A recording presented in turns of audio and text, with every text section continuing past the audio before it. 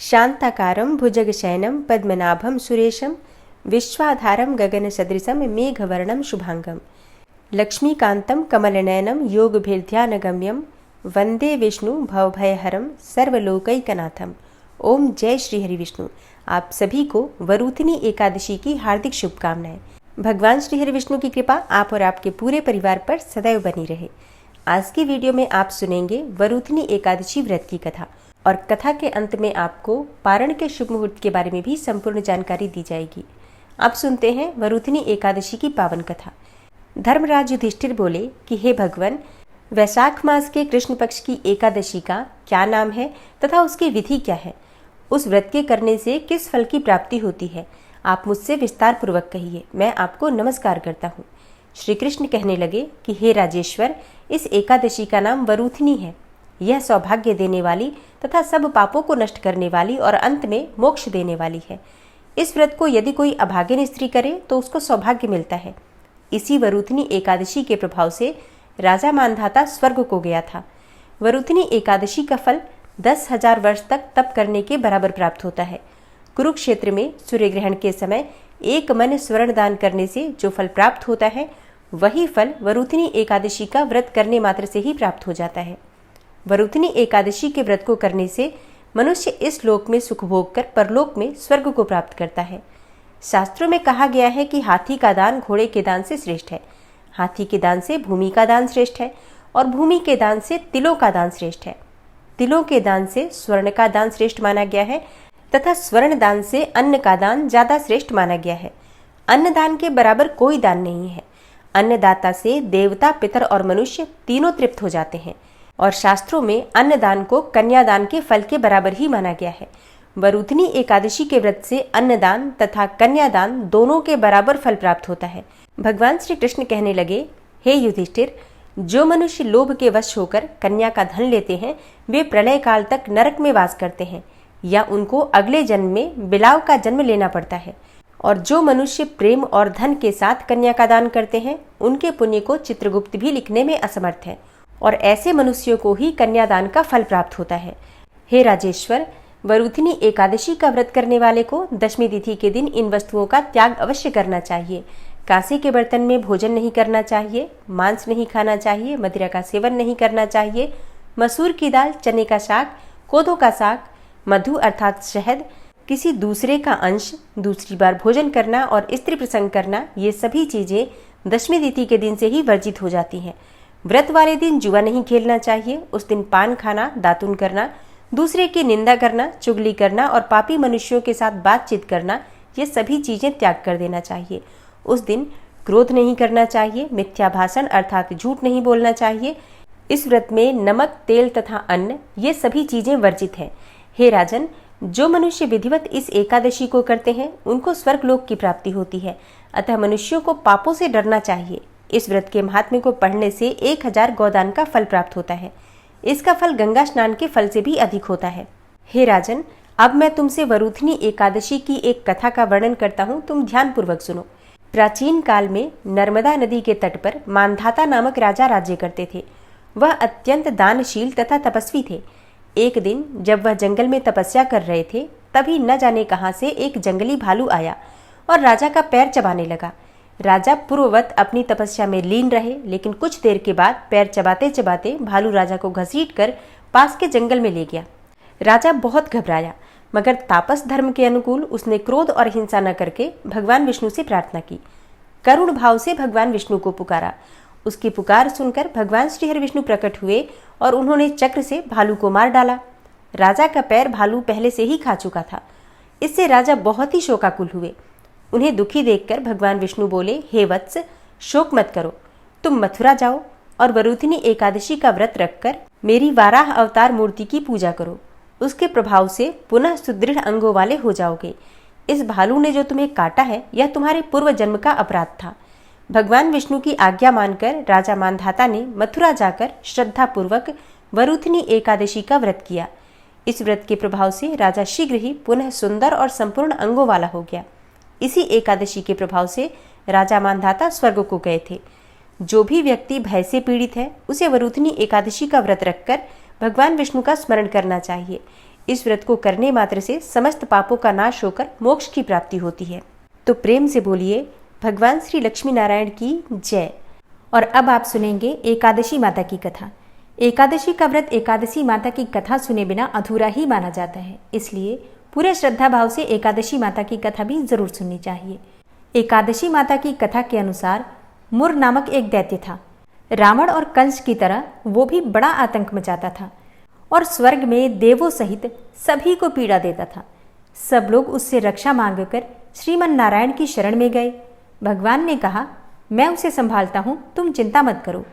सभी देवताओं को आश्वासन देकर भगवान मुर के साथ युद्ध करने लगे, लेकिन अपनी सारी शारीरिक शक्ति लगाकर भी भगवान विष्णु कुछ नहीं कर सके। भगवान को युद्ध के मैदान से पलायन करना पड़ा। तब वे हिमालय की एक गुफा में जाकर छुप गए। मुर भी उनका पीछा करते हुए वहीं पहुंच गया। भगवान ने ध्यान करना शुरू किया और उनके मन से एक शक्ति उत्पन्न की, उनकी मानसिक शक्ति, और इस शक्ति ने बाहर आकर मुर को अपनी तलवार से मार डाला। हम जानते हैं कि शरीर में 10 इंद्रियां हैं, 5 ज्ञानेंद्रिय और 5 कर्मेंद्रिय। 11वीं इंद्रिय है मन। संस्कृत में एकादशी का अर्थ है 11। चूंकि यह देवी उनके मन अर्थात भगवान की 11वीं इंद्रिय से निकली थी, इसलिए भगवान ने उन्हें एकादशी के नाम से पुकारा। एकादशी माता की उत्पत्ति का दिन उनके नाम से ही जाना जाने लगा। माता एकादशी के अंतिम चरण के दौरान उत्पन्न हुई थी, इसलिए इसे जयंती कहते हैं, और उन्होंने द्वादशी के पहले चरण के दौरान दैत्य को मार डाला था, इसे स्मरंती कहते हैं। अब एकादशी के दिन व्रत क्यों करना चाहिए, भोजन क्यों नहीं करना चाहिए, तो इस बारे में भगवान ने घोषणा की कि एकादशी के दौरान देवी के इस महान कार्य के कारण पूरे जगत में कोई भी पाप नहीं रहेगा। लेकिन पाप तो पहले से ही है। जब उसने यह सुना तो पाप पुरुष आश्रय की तलाश में इधर उधर भागने लगा। एकादशी के दौरान वह कहाँ रहेगा? वह जहाँ भी गया सभी ने उसे आश्रय देने से इनकार कर दिया। तब अंत में भोजन अर्थात अन्न एकादशी के दौरान उसे आश्रय देने के लिए सहमत हो गया। इसके बारे में एक श्लोक है, यानि कानि च पापानि ब्रह्महत्यादिकानि च अन्नमाश्रित्य सर्वाणि तिष्ठन्ति हरिवासरे अघम स केवलम भुंक्ते यो भुंक्ते हरिवासरे। तो एकादशी के दौरान सभी पाप भोजन में ही आश्रय लेते हैं, और जो कोई मनुष्य इस दौरान यानी एकादशी के दौरान भोजन करता है, ये पाप उस व्यक्ति में प्रवेश करेंगे और रोग, समस्या, हानि, परेशानी इत्यादि बन जाएंगे। इसलिए एकादशी के दिन व्रत धारण करना चाहिए। भगवान विष्णु ने कहा कि जो भी मनुष्य एकादशी के दिन व्रत धारण करेगा उसके समस्त पाप नष्ट हो जाएंगे और उसे अंत में विष्णुलोक की भी प्राप्ति होगी। एकादशी को विष्णु भगवान की कन्या भी कहा जाता है, क्योंकि वह भगवान की मानस पुत्री हैं। उनकी मूर्ति पूरी जगन्नाथ मंदिर और द्वारका धाम में भी है। भगवान के धर्म की रक्षा के लिए जितने भी अवतार हैं वे सभी एकादशी के दिन ही हुए हैं, इसलिए यह इतना पवित्र दिन है। एकादशी व्रत का प्रभाव बताते हुए भगवान श्री कृष्ण ने धर्मराज युधिष्ठिर से कहा, गालव मुनि का भद्रशील नाम का एक पुत्र था। भद्रशील ने छोटी उम्र से ही एकादशी व्रत का पालन करना शुरू कर दिया। मुनि ने उन्हें ऐसा करने के लिए कभी नहीं कहा था। एक बार मुनि ने भद्रशील से पूछा कि उन्हें इस व्रत को करने को किसने कहा है। भद्रशील ने कहा कि मैं तो कई जन्मों से एकादशी का व्रत करता आ रहा हूँ। आमतौर पर किसी को भी अपना पिछला जन्म याद नहीं रहता। जब तक आप माँ के गर्भ में होंगे तब तक आपको पिछले जन्मों की याद रहेगी, लेकिन जन्म से ठीक पहले यह स्मृति मिट जाती है। लेकिन भद्रशील को पिछले जन्म की याद उस समय भी थी। यह एकादशी व्रत की शक्ति थी जिसका वे पालन करते थे। वे एक पूर्व जन्म में धर्मकीर्ति नामक राजा थे। धर्मकीर्ति बहुत क्रूर था, उसे कोई पसंद नहीं करता था। ऐसा कोई पाप नहीं था जो उसने नहीं किया हो। एक बार वह अपने सैनिकों के साथ शिकार पर गया। उसने एक हिरण को देखा और अपने सैनिकों को उस हिरण को चारों ओर से घेरने के लिए कहा। राजा ने कहा कि जो भी उस हिरण को भागने देगा उसका पूरा परिवार मार डाला जाएगा। हिरण ने यह सुना और सोचा, बेचारे सैनिक, मैं उनमें से किसी को कुछ भी नहीं होने दूंगा। हिरण राजा के पास से निकल भागा। राजा ने हिरण का पीछा किया। सूर्यास्त होते राजा एक घने जंगल के अंदर फंस गया। हिरण कहीं दिखाई नहीं दे रहा था। राजा ने एक पेड़ के नीचे रात बिताई। उसने दिन भर में कुछ भी नहीं खाया था। उसे चारों ओर से खतरनाक जानवरों के गुर्राने की आवाज़ भी सुनाई दे रही थी। वह सो भी नहीं सका। राजा ने डर से श्रीहरि परमात्मा से प्रार्थना करना शुरू कर दिया। फिर सुबह होते ही उसकी मृत्यु हो गई। यमदूत आए और उसे यमराज के पास ले गए। यमराज ने पूछा, तुम लोग इन्हें यहाँ क्यों लाए हो? इनका स्थान तो वैकुंठ में भगवान महाविष्णु के बगल में है। यमदूतों ने यमराज से कहा, लेकिन राजन, यह तो महापापी है। यमराज बोला, नहीं, वह सब चला गया है, ये अब बिल्कुल पवित्र है। जिस दिन इसकी मृत्यु हुई वह एकादशी थी। उन्होंने दिन भर उपवास किया और रात में जागते हुए श्रीहरि का स्मरण किया। उनके सारे पाप दूर हो गए, ये पवित्र हो गए। तब यमराज ने स्वयं एक स्वर्ण रथ बुलवाया और राजा को वैकुंठ भेज दिया। इसके बाद जब लोगों को इस बारे में पृथ्वी पर पता चला तो वे सभी एकादशी का पालन करने के लिए और अधिक उत्साहित हो गए। तो प्रेम से बोलिए, एकादशी माता की जय। एकादशी के दिन भगवान श्री हरि विष्णु की कृपा की प्राप्ति के लिए श्रीमद् भगवद गीता का पाठ पढ़ना चाहिए या फिर सुनना चाहिए, विशेषकर श्रीमद् भगवद गीता का 11वां अध्याय। तो आज आप सुनने वाले हैं श्रीमद् भगवद गीता का 11वां अध्याय। भगवान श्री कृष्ण का ध्यान कीजिए और अपने हृदय में उन्हें विराजमान करके ओम नमो भगवते वासुदेवाय नमः इस मंत्र का उच्चारण कीजिए। फिर पूरे भक्तिभाव से इस पाठ का श्रवण करते हैं। अर्जुन ने कहा, हे भगवान, मुझ पर कृपा करके गुप्त आध्यात्म विषयक वचन जो आपने मुझसे कहे उससे मेरा मोह दूर हो गया। हे कमल नेत्र, मैंने जीव की उत्पत्ति, नाश और आपका अक्षय महात्मा आपके मुखारविंद से विस्तार पूर्वक सुना। हे पुरुषोत्तम, हे परमेश्वर, आपने जैसा वर्णन किया आपका वह रूप देखने की मेरी बड़ी प्रबल इच्छा है। तो हे योगेश्वर, हे मधुसूदन, आप यदि मुझे उसको देखने योग्य समझें तो अपना वह अव्यय रूप भी मुझे दिखाइए। श्री भगवान ने कहा, हे पार्थ, नाना प्रकार के, नाना वर्णों के और नाना आकार में मेरे शत शत सहस्त्र सहस्त्र रूपों को देखो। हे भारत, तुम वसु, रुद्र, अश्विनी कुमार, मरुदगण और पहले कभी न देखे थे ऐसे आश्चर्य देखो। हे गुणाकेश, चराचर सहित यह जगत तथा जो देखना चाहो तुम यहाँ मेरी देह में देख लो, परंतु इन नेत्रों से तुम मुझे नहीं देख सकोगे, इसलिए मैं तुमको दिव्य नेत्र देता हूँ, उनसे मेरा दिव्य रूप देखो। संजय ने धृतराष्ट्र से कहा कि हे राजन, इस प्रकार श्री कृष्णचंद्र जी ने अर्जुन से कहा और दिव्य दृष्टि देकर अपना अलौकिक रूप दिखाया। उस विश्वरूप के अनेकों मुख, नेत्र और अद्भुत दृश्य थे और उसमें अनेकों सुंदर सुंदर आभूषण और आयुध सुसज्जित थे। देह पर दिव्य गंध और वस्त्र लगे थे। उस समस्त आश्चर्य में अनंत देव के सब और मुख दिखाई देते थे। आकाश में यदि हजारों सूर्यों की प्रभा एक साथ हो तो उस महात्मा की प्रभा की समता न कर सके। उस समय अर्जुन ने देवाधिदेव के शरीर में अनेकों प्रकार से विकल समस्त जगत को एकत्रित देखा। अर्जुन आश्चर्यचकित हो गया, शरीर रोमांचित हो गया। उसने शीश नवाकर हाथ जोड़कर कहा, हे देव, तुम्हारी देह में सब दोष, भिन्न भिन्न प्राणियों के समुदाय, कमलासन पर बैठे हुए देवताओं के ईश ब्रह्मा, संपूर्ण ऋषि और दिव्य सर्पों को मैं देखता हूँ। हे विश्वेश्वर, तुम्हारे अनेकों भुज, अनेकों उदर, अनेकों मुख, अनेकों नेत्र हैं। तुम्हारा रूप अनंत है।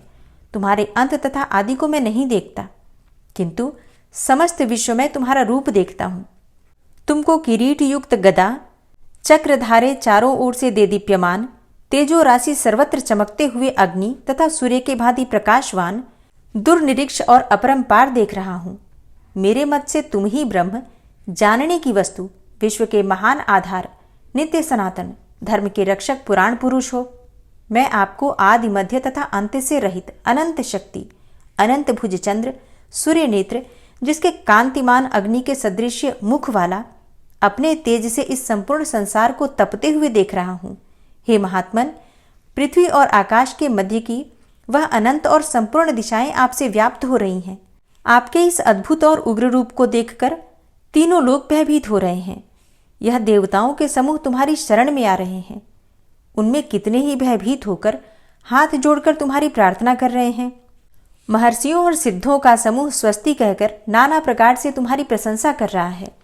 रुद्र, आदित्य, वसु, साध्य, विश्वदेव, अश्विनी, मारुत पिता, गंधर्व, यक्ष, असुर, सिद्ध और इनके संग विस्मित होकर आपकी ओर देख रहे हैं। हे महाबाहो, अनेकों नेत्र, बहुजांग, पेट, कराल, दंत युक्त तुम्हारा यह विशाल रूप देखकर सब अत्यंत भयभीत हो रहे हैं और मैं भी घबरा रहा हूँ। आकाश तक पहुंचे हुए प्रकाशमान और अनेकों वर्ष से फैलाए हुए मुख के जलने वाले विशाल नेत्रयुक्त तुमको देखकर हे विष्णु, मेरा जी घबरा रहा है। मुझसे धैर्य धरा नहीं जाता और चित्त स्थिर नहीं होता।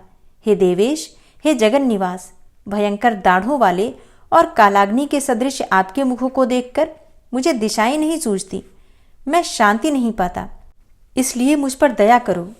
धृतराष्ट्र के दुर्योधन आदि पुत्र अपने साथ राजाओं और भीष्म, द्रोण और कर्ण तथा हमारी ओर के मुख्य मुख्य योद्धा बड़ी बड़ी दाढ़ों से युक्त विकराल आपके मुख में प्रवेश कर रहे हैं, और उनमें कितने लोग आपके दांतों से दबकर ऐसे दिखाई देते हैं मानो उनका शरीर चूर्ण हो गया हो। जैसे नदियों की अनेकों जलधाराएं समुद्र की ओर बहती हैं, वैसे ये मनुष्य लोक के वीर आपके मुखों में प्रवेश कर रहे हैं। अग्नि में पतंग की तरह सब लोग भी अपने नाश के लिए आपके मुख में बड़ी तेजी से प्रवेश कर रहे हैं। हे विष्णु, जलते हुए मुखों से चारों ओर से सब वीरों को निगलकर आप जीभ चाट रहे हैं। आपकी तीक्ष्ण प्रभाएं समस्त संसार को तेज से व्याप्त करके तृप्त हो रही हैं। यह भयानक रूपधारी कौन है, यह मुझसे कहो। हे देववर, आपको नमस्कार है, मुझ पर प्रसन्न हो। हे जगतकर्ता आदि पुरुष, आपको जानने की मैं इच्छा रखता हूँ, क्योंकि आपकी यह प्रवृत्ति मेरी समझ में नहीं आती है। श्री भगवान बोले, संसार का नाश करने वाला मैं उग्रकाल हूँ, सबका संहार करने के लिए आया हूँ। तुम्हारे युद्ध न करने पर भी ये वीर जीवित न रह सकेंगे, अतएव तुम उठो, शत्रुओं का संहार कर यश को लेकर इस समृद्धशाली राज्य का भोग करो। हे सव्यसाचिन, उनको मैंने पहले ही मार रखा है, तुम केवल निमित्त मात्र हो जाओ। मेरे मारे हुए द्रोण, भीष्म, जयद्रथ, कर्ण और अन्य योद्धाओं को मारो, घबराओ मत, युद्ध करो, तुम संग्राम में शत्रुओं को जीतोगे। संजय ने कहा। इस प्रकार श्री कृष्ण जी के वचन सुनकर मुकुटधारी अर्जुन हाथ जोड़ कंपित और भयभीत हुए साष्टांग प्रणाम कर नम्रतापूर्वक बोले, हे ऋषिकेश, आपके गुणगान करने से सब संसार प्रसन्न और प्रेममग्न हो रहा है। राक्षस डरकर दिशाओं की ओर भाग रहे हैं और सिद्ध आपको नमस्कार करते हैं, सो ठीक ही है। हे महात्मन, हे अनंत, हे देवाधिदेव, हे जगन्निवास, आप ब्रह्म से भी श्रेष्ठ हो, आपको देवता क्यों न नमस्कार करें। व्यक्त और अव्यक्त आप हो तथा इन दोनों से परे अक्षर भी आप हो। हे अनंत, आप आदिदेव हो, पुरातन पुरुष हो, विश्व के परम आधार हो, ज्ञाता और ज्ञेय हो, श्रेष्ठ स्थान आप हो, विश्व का विस्तार करने वाले भी आप ही हो। आप वायु, यम, अग्नि, वरुण, चंद्र, ब्रह्मा और ब्रह्मा जी के भी पिता हो, आपको नमस्कार है और बार बार आप ही को नमस्कार है। हे सर्वस्वरूप, आप अनंत वीर्यवान तथा अतुल पराक्रमी हो, आप जगत में व्याप्त हो, इसलिए स्वरूप हो। तुम्हारी महिमा को न जानकर मैंने तुमको अपना मित्र मानकर हे कृष्ण, हे सखे, ऐसे जो तिरस्कार से कहा, सो प्रमाद से अथवा स्नेह से हे अच्युत, तुमसे इन बोलों की क्षमा मांगता हूँ, जो कि परिहास से विहार, सोने, बैठने और भोजन के समय अकेले अथवा मित्रों के मध्य में तुम्हारा कभी अपमान किया है। तुम इस स्थावर जंगम रूप से पिता, पूज्य और महान गुरु हो, त्रिलोकी में भी तुम्हारे समान कोई नहीं है, तुमसे अधिक अतुल प्रभाव कहाँ से होगा। इसलिए हे ईश, तुमको शीश झुकाकर प्रणाम करता हूँ, मुझ पर कृपा करो। हे देव, जैसे पिता पुत्र के, मित्र मित्र के और प्रिय प्रिया के अपराध क्षमा करता है, वैसे ही तुम मेरे अपराध क्षमा करो। हे देव, पहले कभी नहीं देखा ऐसा आपका रूप देखकर मैं प्रसन्न हूँ और भय से मेरा मन व्याकुल भी है, इसलिए वही पहला रूप मुझे दिखाओ। और हे देवेश, हे जगन्निवास, आप प्रसन्न हो। हे सहस्त्रबाहु, हे विश्वमूर्ति, मैं फिर आपको वही किरीट, गदा, औश्र, हाथ में चक्र धारण किए हुए देखना चाहता हूँ। तब श्री कृष्ण भगवान ने कहा, हे अर्जुन, मैंने प्रसन्न होकर यह तेजोमय, अनंत, आद्य और विश्वरूप अपने योग के प्रभाव से तुमको दिखलाया है, जिसको तुम्हारे अतिरिक्त पहले किसी ने नहीं देखा था। हे पांडवों में श्रेष्ठ, मनुष्य लोक में तुम्हारे सिवाय कोई वेदों के अध्ययन, दान, अग्निहोत्र आदि और घोर तप करके भी यह रूप धारण किए मुझको नहीं देख सकता। मेरा ऐसा भयानक रूप देखकर तुम व्याकुल और मूढ़ न हो, भय त्याग कर प्रसन्न चित्त होकर फिर तुम मेरा वही रूप देखो। संजय ने कहा। इतना कहकर श्री कृष्ण जी ने फिर से चतुर्भुज रूप दिखलाया और सौम्य रूप धारण करके महात्मा ने अर्जुन को धीरज बंधाया। अर्जुन ने कहा, हे जनार्दन, आपके सौम्य दिव्य मंगल रूप को देखकर अब मैं प्रसन्न चित्त होकर स्वस्थता को प्राप्त हुआ। श्री कृष्ण जी बोले, हे अर्जुन, जो मेरा यह विश्वलय रूप तुमने देखा है, इसका दर्शन संभव नहीं है। देवता भी इस लय के दर्शन की आकांक्षा करते हैं। हे अर्जुन, जैसा मेरा लय तुमने देखा है, ऐसे लय को वेदाध्ययन, तप व यज्ञ आदि कर्म द्वारा देखना भी असंभव है। हे अर्जुन, हे परंतप, मेरा जो विश्वलय है, इसको मनुष्य अनन्य भक्ति के द्वारा जान सकते हैं और तत्व ज्ञान द्वारा इसमें लीन हो सकते हैं। हे अर्जुन, जो कोई मनुष्य मेरी ही भक्ति के लिए कर्म करते हैं, मुझे सर्वोत्तम मानते हैं, मुझ में भक्ति रखते हैं, सांसारिक संगी से मुख मोड़ चुके हैं, संपूर्ण प्राणी मात्र से वैर त्याग चुके होते हैं, वे ही मुझको प्राप्त हो सकते हैं। प्रेम से बोलिए, जगत गुरु भगवान श्री कृष्ण की जय, परम भक्त अर्जुन की जय। और अब आप सुनेंगे श्री तुलसी चालीसा। श्री तुलसी महारानी करु विनय सिरनाय, जो मम हो संकट विकट दीजे मात नशाय। नमो नमो तुलसी महारानी, महिमा अमित न जाए बखानी। दियो विष्णु तुमको सन्माना, जग में छायो सुयस महाना। विष्णु प्रिया जय जयति भवानी, तिहु लोक की हो सुख खानी। भगवत पूजा करे जो कोई, बिना तुम्हारे सफल न होई। जिन घर तव नहीं होय निवासा, उस घर कर ही विष्णु नहीं बासा। करे सदा जो तव नित सुमिरन, तेहि के काज होय सब पूरन। कार्तिक मास महात्म तुम्हारा, ताको जानत सब संसारा। तव पूजन जो करे कुंवारी, पावे सुंदर वर सुकुमारी। करे जो पूजा नित प्रति नारी, सुख संपत्ति से होय सुखारी। वृद्धा नारी करे जो पूजन, मिले भक्ति होवे पुलकित मन। श्रद्धा से पूजे जो कोई, भवनिधि से तर जावे सोई। कथा भागवत यज्ञ करावे, तुम बिन नहीं सफलता पावे। छायो तब प्रताप जग भारी, ध्यावत तुम्हीं सकल चित धारी। तुम्ही मात यंत्रन तंत्रन में, सकल काज सिद्धि होवे क्षण में। औषधि रूप आप हो माता, सब जग में तव यश विख्याता। देव ऋषि मुनि और तपधारी, करत सदा तव जय जयकारी। वेद पुराणन तव यश गाया, महिमा अगम पार नहीं पाया। नमो नमो जय जय सुख कारणी, नमो नमो जय दुख निवारणी। नमो नमो सुख संपत्ति देनी, नमो नमो अघ काटन चेनी। नमो नमो भक्तन दुख हरणी, नमो नमो दुष्टन मद छेनी। नमो नमो भव पार उतारणी, नमो नमो परलोक सुधारणी। नमो नमो निज भक्त उबारणी, नमो नमो जन काज सवारणी। नमो नमो जय कुमति नशावनी, नमो नमो सब सुख उपजावनी। जयति जयति जय तुलसी माई, ध्याऊं तुमको शीश नवाई।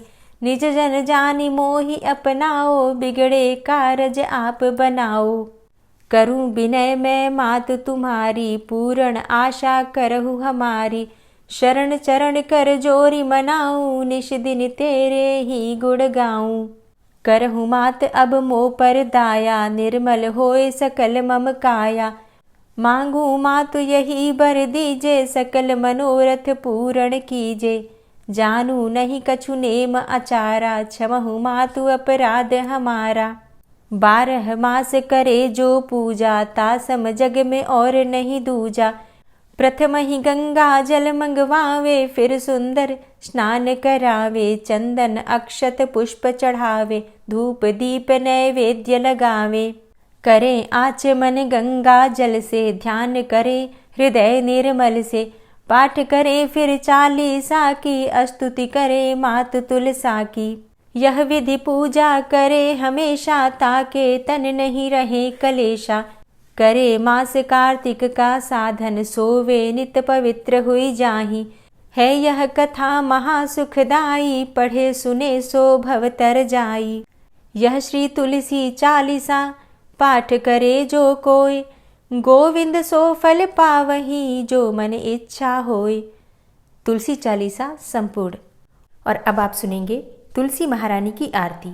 तुलसी महारानी नमो नमो, हरि की पटरानी नमो नमो। तुलसी महारानी नमो नमो, हरि की पटरानी नमो नमो।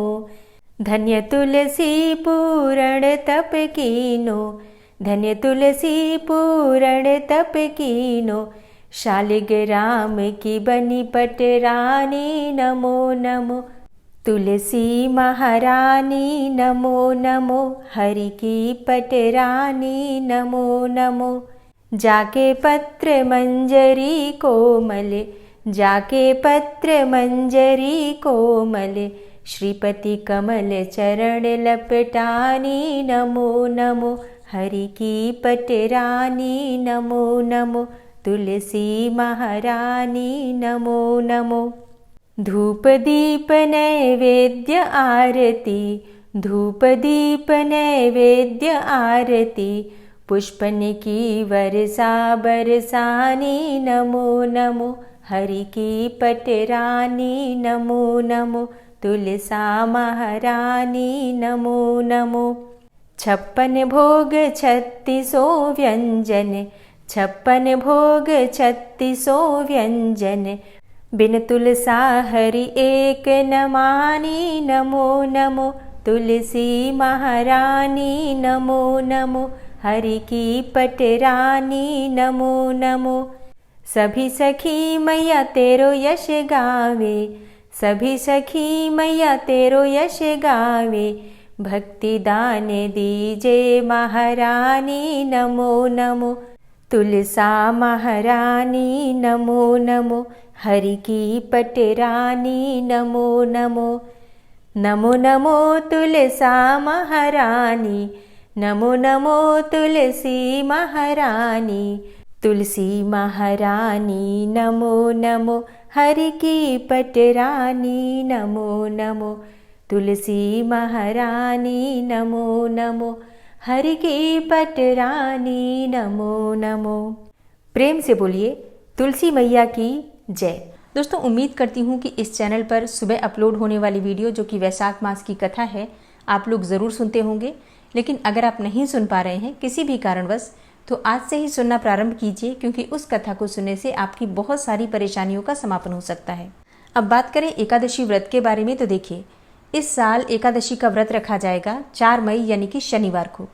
वरुधिनी एकादशी की तिथि प्रारंभ होगी 3 मई को शुक्रवार के दिन रात्रि में 11:24 पर और समाप्त होगी 4 मई को यानी कि शनिवार की रात्रि में 8:38 पर।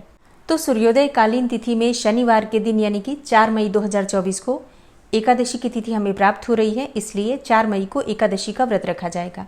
तो जो भक्त एकादशी का व्रत करते हैं 3 मई को दशमी तिथि के नियम का पालन करेंगे, यानी कि दशमी तिथि के दिन आपको सात्विक भोजन लेना है, लहसुन प्याज मांस मदिरा का सेवन नहीं करना चाहिए और रात्रि में भूमि पर शयन करना चाहिए। सूर्योदय के बाद अन्न और नमक का सेवन नहीं करना चाहिए।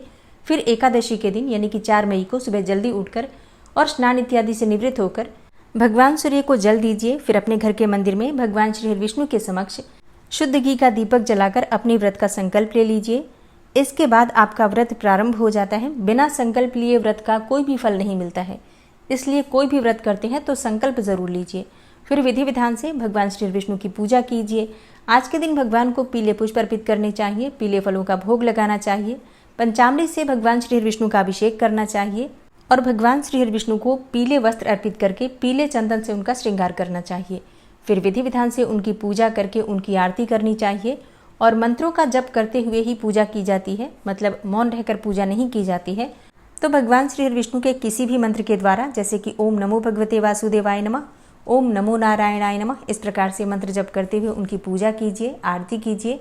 फिर दिन भर आपका व्रत होता है। व्रत में आप फलाहार कर सकते हैं, मतलब कोई सा भी फल खा सकते हैं, जूस पी सकते हैं, फलों का रस ले सकते हैं। इस प्रकार से फलाहार और जलाहार के द्वारा आप व्रत धारण कर सकते हैं। और फिर शाम के समय फिर से भगवान श्री विष्णु की विधि विधान से पूजा की जाती है, मंत्रों का जप किया जाता है। रात्रि में जागरण करना चाहिए जितना भी समय आपसे संभव हो सके और एकादशी व्रत का संपूर्ण फल आपको प्राप्त हो, किसी भी प्रकार की आपकी कामना है वो पूर्ण हो, इसके लिए भगवान श्री हरिविष्णु के समक्ष एक अखंड दीपक जो कि पूरी रात्रि जलता रहे अवश्य प्रज्वलित करना चाहिए। और फिर अगले दिन यानी कि द्वादशी तिथि के दिन प्रातःकाल जल्दी उठकर नित्य कर्मों से निवृत्त होकर स्नान कर लीजिए, भगवान श्री विष्णु की विधि विधान से पूजा कीजिए, फिर शुद्ध और सात्विक भोजन बनाकर पहले भगवान को भोग लगाते हैं और उसके बाद अगर संभव हो तो किसी ब्राह्मण को घर बुलाकर भोजन करा सकते हैं, नहीं तो ब्राह्मण के निमित्त दान की कच्ची सामग्री निकालकर, मतलब भोजन की कच्ची सामग्री निकालकर दक्षिणा के साथ रख दीजिए। फिर इसके बाद शुभ मुहूर्त में आप अपना व्रत खोल सकते हैं। अब बात करें पारण के शुभ मुहूर्त के बारे में, तो देखिए एकादशी व्रत का पारण हमेशा द्वादशी तिथि में किया जाता है और द्वादशी तिथि प्रारंभ हो रही है 4 मई को रात्रि में 8:39 पर और समाप्त हो रही है 5 मई को शाम को 5:42 पर। तो 4 मई को एकादशी का व्रत हम धारण कर रहे हैं, 5 मई को व्रत का पारण करेंगे और 5 मई को सूर्योदय काल का समय रहेगा सुबह 5:55 पर और सूर्योदय के बाद ही व्रत का पारण किया जाता है। तो पारण का शुभ मुहूर्त है 5 मई को सुबह 5:55 से सुबह 8:17 तक। तो दोस्तों ये है आज की वीडियो, उम्मीद करती हूँ आपके लिए उपयोगी होगी और इसी प्रकार से सभी व्रतों की पूजा पाठ की जानकारी के लिए चैनल से जुड़े रहिए ताकि सभी जानकारी आपको सही समय पर प्राप्त हो। तो अगर आपको आज की वीडियो अच्छी लगी हो तो वीडियो को लाइक कीजिए, शेयर कीजिए और चैनल पर पहली बार आए हैं, अभी तक आपने चैनल को सब्सक्राइब नहीं किया है तो आज की वीडियो अगर आपको अच्छी लगे तो चैनल को सब्सक्राइब करके बेल आइकन को ज़रूर प्रेस कर लीजिए। इससे ये होगा कि इस चैनल पर जो भी नई वीडियो अपलोड होंगी उनकी नोटिफिकेशन आपको सही समय पर प्राप्त होगी। मिलती हूँ मैं आपसे अगली वीडियो में, तब तक के लिए जय श्री राधे।